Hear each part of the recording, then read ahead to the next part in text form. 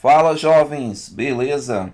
Estamos aqui mais uma vez no nosso módulo de JavaScript e mais uma vez falando de classe JavaScript. Só que dessa vez a gente vai usar a função construtora, né, com o uso do new. Reforçando, né, anteriormente nós já falamos sobre isso, mas é bom reforçar. No JavaScript, tudo é função. E usamos uma função para representar uma classe. Isso mesmo, uma função para representar uma classe. É assim que funciona no JavaScript, diferente de outras linguagens, né? E relembrando novamente sobre as funções factories, que nós usamos, né, para representar uma classe, nessas funções factories nós retornávamos um objeto literal, explícito, né? E nesse objeto nós colocávamos o molde, como que a gente queria que o nosso objeto fosse, quais os atributos, quais os métodos. Então nós determinamos certo molde, por isso que a gente chamou de classe, né? Agora nós vamos fazer a mesma ideia, né? Construir classe, mas usando função construtora para representar uma classe e criarmos nossos objetos. Vamos lá. Observem esse exemplo aqui. Ele está usando função construtora. Então, a princípio, é uma função normal.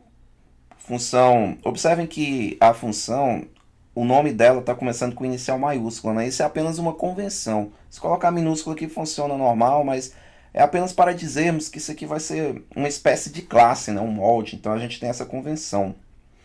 Uma função normal. Corpo da função começa aqui, termina aqui. E aqui a gente tem algumas coisas aqui. O que a gente tem aqui? Olha o diz aqui. Diz, lembram que é referência para um objeto? Agora, qual objeto? Eu não estou vendo objeto nenhum aqui. Não importa, a gente vai ver isso posteriormente aqui. Mas então, diz é referência para o objeto. Então, no objeto, não sei qual é, mas quando esse objeto for criado, estou querendo referenciar o diz pela referência desse objeto. Eu quero que tenha um atributo nome, né? E nesse atributo nome, eu estou atribuindo o valor de igual, uma string. Eu quero também que tenha um atributo chamado idade, estou atribuindo um number. Então vamos ver aqui adiante. Isso aqui é uma função construtora. Onde é que está o objeto? Não tem retorno de algum objeto aqui? Não, não tem. Mas vamos ver, a gente está usando new, coisa nova aqui, palavra reservada new. O que a gente está fazendo aqui? A gente está instanciando new pessoa, está instanciando essa função construtora. A gente está invocando ela aos parênteses aqui, através do new. Então o que o new está fazendo? O new ele vai construir o nosso objeto, seguindo o molde. Qual molde? O molde dessa função construtora. Então, nesse objeto que o new está construindo aqui, esse diz aqui está fazendo referência para este objeto. Tá ok? Então, esse new constrói um objeto, e nesse objeto ele está seguindo esse molde que tem um atributo nome e um atributo idade. Esse objeto está sendo atribuído para a variável P1. Mesma coisa eu fiz aqui, variável P2 recebe o retorno do new, que é um objeto da classe pessoa. Tá ok? Então eu tenho dois objetos aqui, diferentes, porém seguindo o mesmo molde. Então no exemplo aqui, a função pessoa ela é uma função construtora. A função construtora não está retornando nada. Como eu já disse, né? Ela não está retornando nada. Então como é que eu vou ter meu objeto? Através do new. Mas tá, ela não está retornando nada. Mas ela está dizendo o quê? Através do diz. Ela está dizendo que se houver algum objeto criado a partir dela, esse objeto deverá ter os atributos nome e idade. O diz não é referência para o objeto, então se tiver o objeto, vai ter os atributos nome e idade. Então no exemplo acima, nós usamos o operador new. O operador new, como eu já falei, ele cria um objeto a partir de uma função construtora. Ou seja, o retorno do new é um objeto. Vamos ver as diferenças aqui entre funções factory e construtora. O objetivo é o mesmo. Qual é o objetivo? Tanto da factory quanto da construtora. É a gente criar objetos. Né? A gente criar moldes, né, de objetos. E tanto a factory quanto a construtora fazem isso. Mas vamos ver as diferenças. Na função factory, nós retornamos o objeto explicitamente. Já vimos isso, né? Nós retornamos lá com o símbolo de chaves, né, o objeto do jeito que a gente quer. Já na função construtora, não retornamos. Acabamos de ver. Na função factory, não precisamos usar o new para criar objetos. Nos exemplos anteriores, ficou claro que a gente não viu o new até agora. A gente está vendo o new agora. Então a função factory não precisa do new. Por quê? A função factory ela já está retornando um objeto. Então para que eu vou usar o new para criar um objeto? Agora já na função construtora precisamos, pois é o new quem vai criar o objeto para a gente. Vamos ver outro exemplo aqui de função construtora. Mesmo exemplo, function pessoa, só porque agora essa função construtora está recebendo dois parâmetros, o n e o i. Né?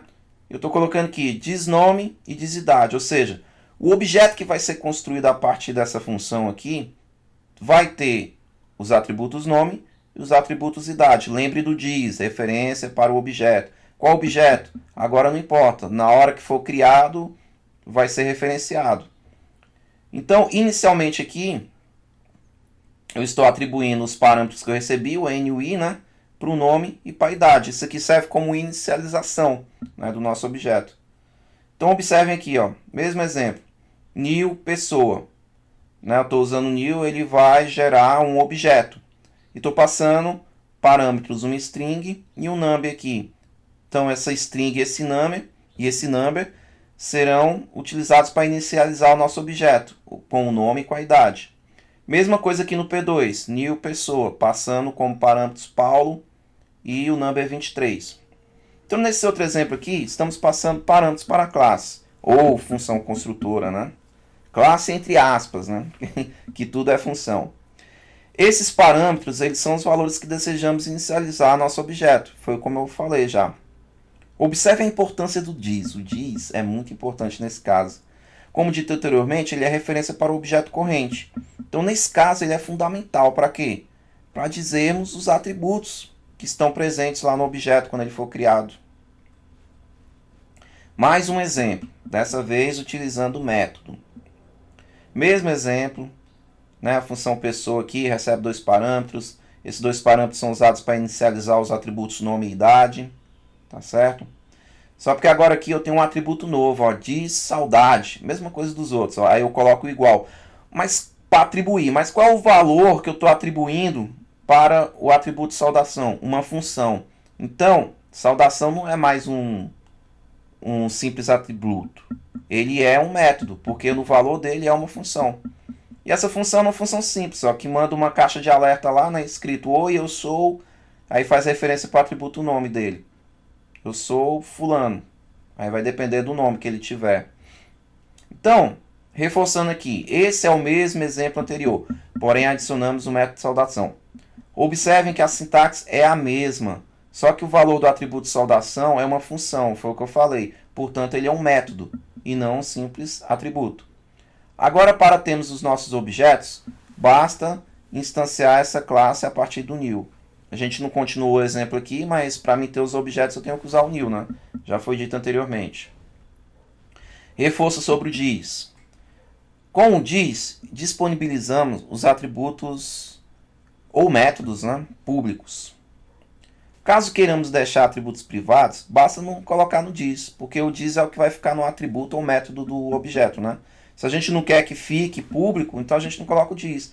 E a gente trata os atributos como se fossem variáveis normais. Elas não estarão disponíveis fora do escopo da função. Lembre-se lá do que a gente já estudou em escopo de função. Vamos para a prática agora, pessoal. Eu vou reproduzir aqui na prática aquele mesmo exemplo, function pessoa.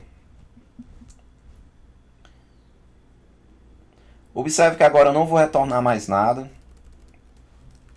Agora eu vou dizer que o nome, como eu não estou dentro de um objeto literal, eu vou usar o igual aqui, né, para atribuir.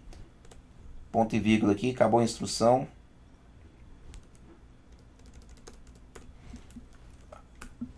Vai ter um atributo idade também. Inicialmente vai começar com o valor 34. Ponto e vírgula aqui para acabar a instrução.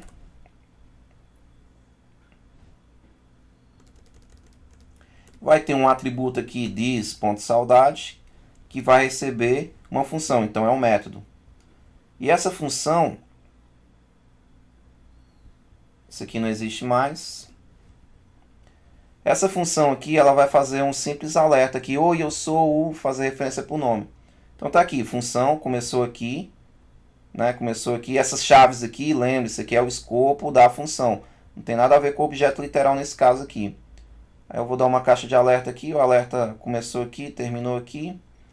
Então tá tudo certo. Vou dar um Enter e vamos colocar na memória. Coloquei.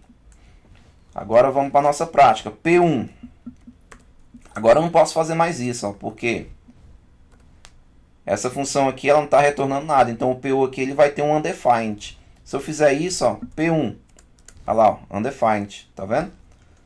Então agora eu tenho que fazer o quê? Eu tenho que usar o new. New pessoa. Agora sim. O que tem dentro do P1? Olha lá, eu tenho o meu objeto. Ó. Meu objeto que tem os atributos nome, idade e tem saudação sendo um método, né? Uma função. Vamos acionar P1.nome. Tá lá, ó, João. P1.idade. Tá lá, 34. Só porque era só um molde, né? Então vamos trocar. P1.nome. Vou colocar para ser o meu nome. O Elton Santos. Ok, então P1 agora possui como nome o Elton Santos. Vamos fazer uma saudação. P1.saudação. Vou invocar o método. Parênteses. Tá lá. Oi, eu sou o Elton Santos. Então é isso, pessoal. Muito obrigado. Espero que todos tenham entendido. A ideia da função construtora é a mesma da Factory. É construir um molde para criarmos objetos. Só que de uma forma diferente, né? Agora a gente usa o new para instanciar uma função. Né? Então é a mesma coisa, só porque é escrita de uma forma diferente. Nos vemos nas próximas aulas. Obrigado.